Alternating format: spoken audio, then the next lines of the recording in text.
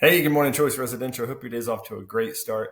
So, we've had a lot of conversations lately about how to respond to sellers when maybe they're thinking about either postponing listing their house until next year, or maybe their house is currently listed and they're not getting the traction that they're hoping for. And so they, are talking about, well, maybe we should just take it off and then relist it in the spring. And those are valid thoughts and questions for those sellers to have. And I would say there's no right or wrong answer, but our job is to help them evaluate all of their options and the implications of those decisions that they could potentially make. So when we think about taking it off and relisting it later, let's say in the spring, the seller, you need to kind of understand why is it that they might want to do that. And they may be thinking that they can get more money for it at that point. It's possible, but there are some things to consider, which number one is that we don't know what the market is going to be like then. It is certainly possible. We're not hopeful for this, but it is possible that prices could be on the decline. And so if that's the case, next spring, the house could actually be worth less money than it is today, or selling in the fall season. There's other risks associated with it as well, which is something could happen to the house in the meantime that causes an expense for the seller. So HVAC could have problems, the water heater, there could be damage to the roof, any number of things, of course, that can happen that just naturally can occur with owning a home. Things can go wrong, and that creates an expense that could then eat into whatever perceived increased value the seller thinks the house may have. So you just want to talk through that with them as well.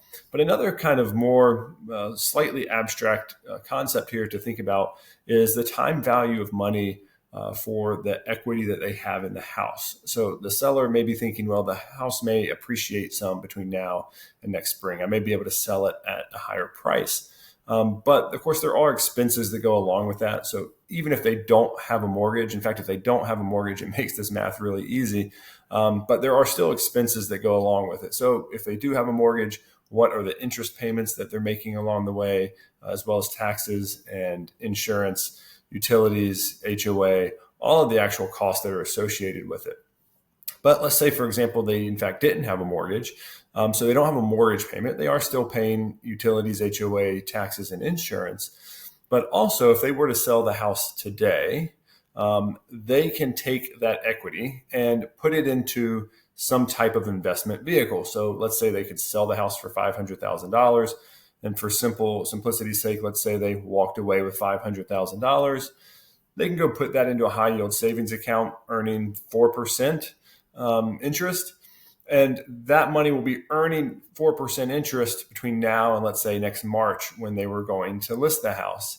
Whereas if they don't sell it right now, they have whatever expenses are associated with maintaining the home. And then they're hoping that the house appreciates so they get some return on that equity between now and March. But what are the chances that the house is going to appreciate at a 4% rate between now and March? In normal times, across the averages, you could expect that. But in an environment like we're in right now, I would say it's more likely that you would either see less appreciation or no appreciation, or in fact, that the price could be lower in March. We don't know, but these are all possibilities that need to be considered. So you can look at, have this conversation with the seller about to say, well, what's the opportunity cost? If we wait, that equity is just tied up in the house. If we were to sell it today at today's prices, that equity could be put to use in some other way. Maybe it's paying down some other debt, or like I mentioned, putting it into some other investment vehicle, even as simple and safe as a high yield savings account. So there's always more to the decision on whether they should wait or not. Your job isn't to be a tax professional or a financial advisor, but it is helpful if you can talk through these things with them to help them arrive at the right decision. It very well may be that selling the house today at today's price is actually better than waiting because, again, just as likely, maybe more so, that the price is going to be flat or even lower in 6 months than it is today.